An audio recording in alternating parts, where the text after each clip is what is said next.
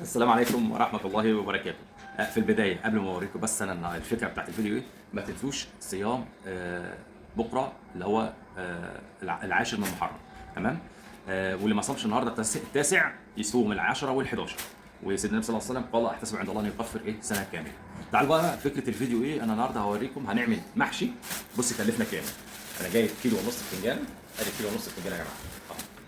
كيلو ونص بتنجان مشكل ابيض واسود، بتنجان عروسه اهو، اسود اهو وابيض، تمام.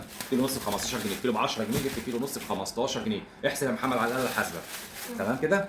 طيب وجبت كيلو كوسه، كيلو كوسه بكام؟ ب 15 جنيه. يبقى كده كام يا حاج محمد؟ 30 جنيه بتنجان اسود وابيض وكوسه، ونص كيلو فلفل رومي ب 10 جنيه.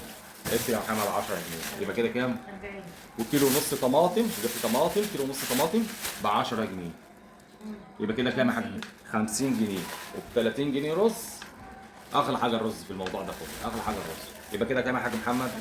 80 جنيه. وب 5 جنيه خضره، ادي 85 جنيه. ناقص ايه تاني عشان تعملي اكله المحشي؟ بصلايه صغيره ومعلقه السمنه والزيت اللي عندك، او حته دهنه لو انت عندك دهنه. عملنا اكله محشي، مش لازم فراخ، مش لازم لحمه، مش لازم اي حاجه، اكله محشي في غدا محترم جدا.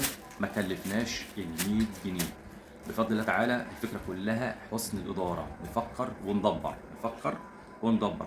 مره عملناه من غير لحمه ولا فراخ، مره جايه ان شاء الله نعمله. فيعني بنمشي امورنا والحال بيمشي. فدي الفكره، ان انا اذا اعمل محشي، اعمل وجبه غدا باقل من 100 جنيه قدامكم. هو والله على عينك يا تاجر، هو انا اللي جايب حاجه بنفسي. يلا السلام عليكم ورحمه الله وبركاته.